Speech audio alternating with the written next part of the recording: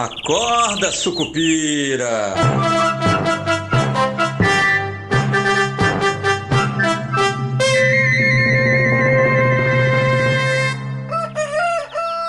Bom dia, sejam todos bem-vindos, sejam todas bem-vindas. Eu sou Rodrigo Oliveira e esse é o nosso Acorda Sucupira desta segunda-feira, 18 de novembro. De novo, uma semana encurtada, né? Uma semana com feriado, dessa vez na quarta-feira. Vai ter gente até que emenda, né, essa segunda e terça com a sexta-feira passada e mais a quarta-feira que vem, que já está na semana aí dessas polêmicas de 4x3, 6x1, 5x2. Eu prometi que eu não vou me meter nesse assunto, até porque, por enquanto, é só uma ideia.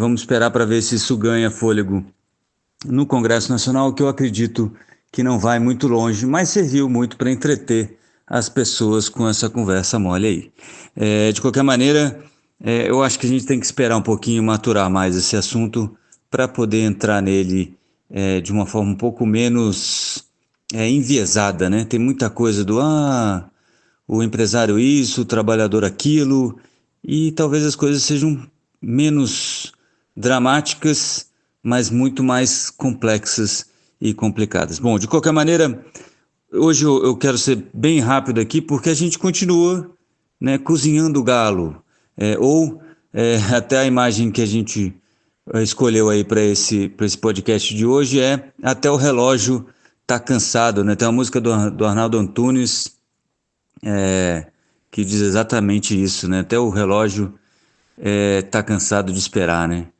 Então o Haddad chegou a falar aí na estreia da CNBC Brasil que o Lula já autorizou a divulgação do pacote, que as medidas estão todas aprovadas pelo presidente Lula, mas eles vão esperar passar a reunião do G20, segunda e terça-feira. Depois tem a reunião com o líder chinês Xi Jinping, e aí sim eles vão divulgar essas medidas. Lembrando que aparentemente já está tudo mais ou menos combinado, tem aquele corte de gastos, até falei isso no Esquina Sucupira de sexta-feira. Aliás, se você não recebeu no e-mail, não se esqueça de se inscrever, esquinasucupira.substack.com, ou basta procurar aí Esquina Sucupira no Google, que a gente é a primeira resposta lá. E já está mais ou menos tudo combinado. Aqueles 70 bi pode ser um pouquinho a menos agora, né? Está entre 25 e 30 bilhões em 2025 de economia e depois 40 bilhões em 2026. A principal medida, eu já falei que eu gosto da ideia de limitar o crescimento do salário mínimo aos parâmetros do arcabouço fiscal, né? Porque isso indexa vários outros benefícios que a gente paga, e tudo isso obviamente faz diferença na conta, né? Deve entrar aí uma medida contra os super ricos, né? O governo está chamando de super rico aqueles que ganham R$ 1 milhão ou mais por ano, e também alguma coisa contra os militares. Na minha opinião, tanto quanto no caso dos militares, como no caso dos super ricos, é tudo perfumaria, é só para inglês ver, e a gente fala, olha, tá vendo, não tá fazendo só contra o pobre, tá fazendo também contra os militares, tá fazendo também contra os super ricos, e aí vai cair no Congresso essas medidas, e vai falar, mas se não fosse o Congresso, que é difuso, se não fosse o Congresso, o presidente tinha feito, é que o Congresso atrapalha, né? Então os democratas vão falar, nossa, olha como o Congresso é ruim, né? Mas é isso. E aí, além dessa limitação, deve ter alguma coisa aí, além da limitação do salário mínimo, essas perfumarias para poder negociar no Congresso, e também aquela história de corte de gastos, quando na verdade não tem redução do gasto, né? A revisão de despesa, e lembrem-se, sempre falei isso, não reduzir gasto, isso não é redução de gasto, tá? Até coloquei também no Esquina Sucupira de sexta-feira isso, o ministro de do Desenvolvimento Social falava sobre isso, comemorava, né? Olha, a gente tinha um orçamento de 173 bi, mas gastamos 168, né? 5, 7 bi, 5 bi a menos, se não me falha a memória, 175 e 168 foi o gasto, mas era entre 5 e 7 bi de economia e economia entre aspas, porque no fim das contas isso é quase 50% a mais do que o orçamento de 2022. Então não houve economia, houve um aumento de gastos. Está em 172 bi já os últimos 12 meses também,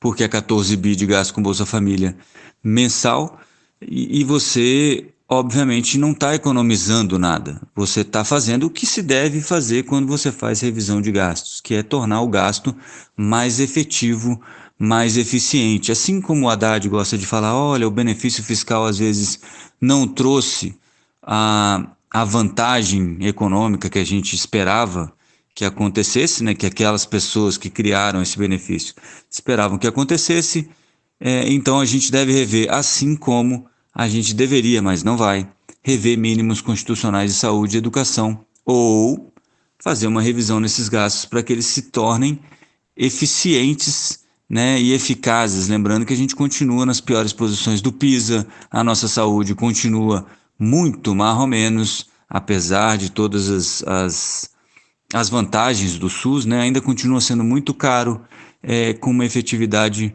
ainda baixa para o tanto que gastamos. Entendam isso.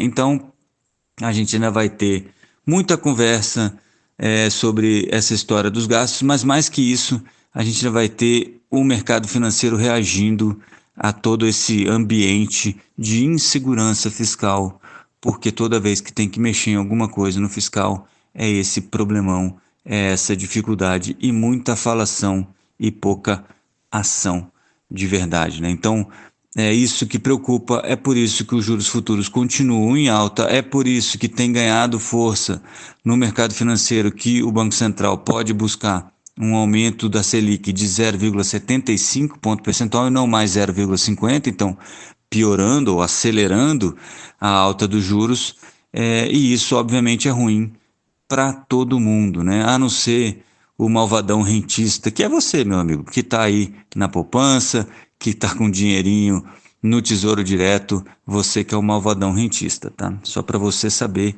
quem é quem nesse jogo. E a gente vai ficar mais ou menos aí à espera do G20 e da reunião do Xi Jinping para então conhecer os detalhes desse pacote de controle de gastos. Eu só queria terminar com uma notinha aqui muito curtinha, falando sobre o seguinte: tem essa história da taxação dos super ricos global, né? E o Haddad ainda vem falando que não, a gente não vai fazer isso sozinho, porque sozinho, obviamente, todo mundo já sabe, não serve para nada, porque o capital foge para outro país que não cobre esse tipo de coisa. Então, a, a ideia do Fernando Haddad é que todos os países do mundo aceitem taxar os super ricos, todos ao mesmo tempo, né? Tem tudo para dar errado, mas vamos esperar. E a gente se vê amanhã, se tudo der certo. Bons negócios a todos. Para quem está de folga, parabéns. Para quem tem que trabalhar, vamos lá, que é assim mesmo que funciona. Avante, Sucupira!